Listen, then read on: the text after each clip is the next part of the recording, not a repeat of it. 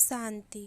प्यारे भाई बहनों, आपका स्वागत है हमारा 7 दिन की साप्ताहिक कोर्स की श्रृंखला में। आज हम जानेंगे परमात्मा का दिव्य अवतरण के बारे में। शिव का अर्थ है कल्याणकारी।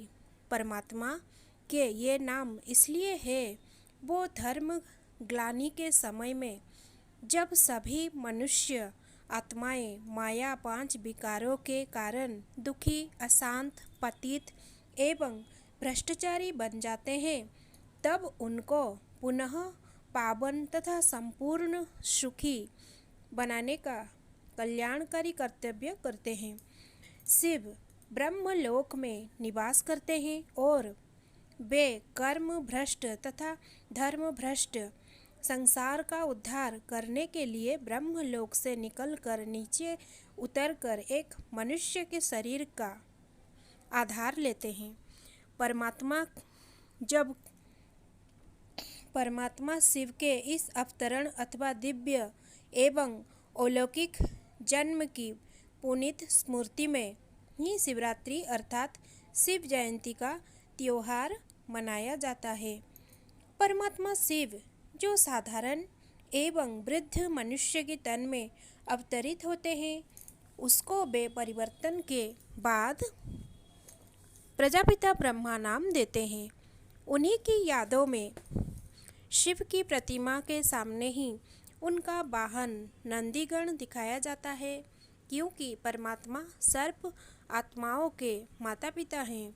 इसीलिए वे किसी माता के गर्भ से जन्म नहीं लेते, बल्कि ब्रह्मा के तन में सन्निवेश ही उनका दिव्य जन्म अथवा अवतरण।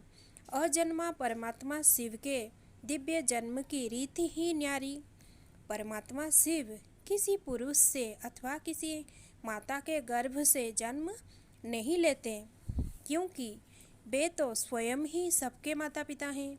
मनुष्य सृष्टि के चेतन के बीज रूप हैं और जन्म मरण से तथा कर्म धर्म से रोहित हैं।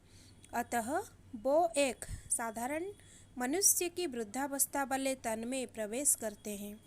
इसे ही परमात्मा शिव का दिव्य जन्म अथवा अवतरण भी कहा जाता है, क्योंकि जिस तन में वे प्रवेश करते हैं, वो एक जन्म मरण तथा कर्म बंधन के चक्कर में आने वाली मनुष्य आत्मा ही का शरीर होता है। वो परमात्मा का अपना शरीर नहीं होता।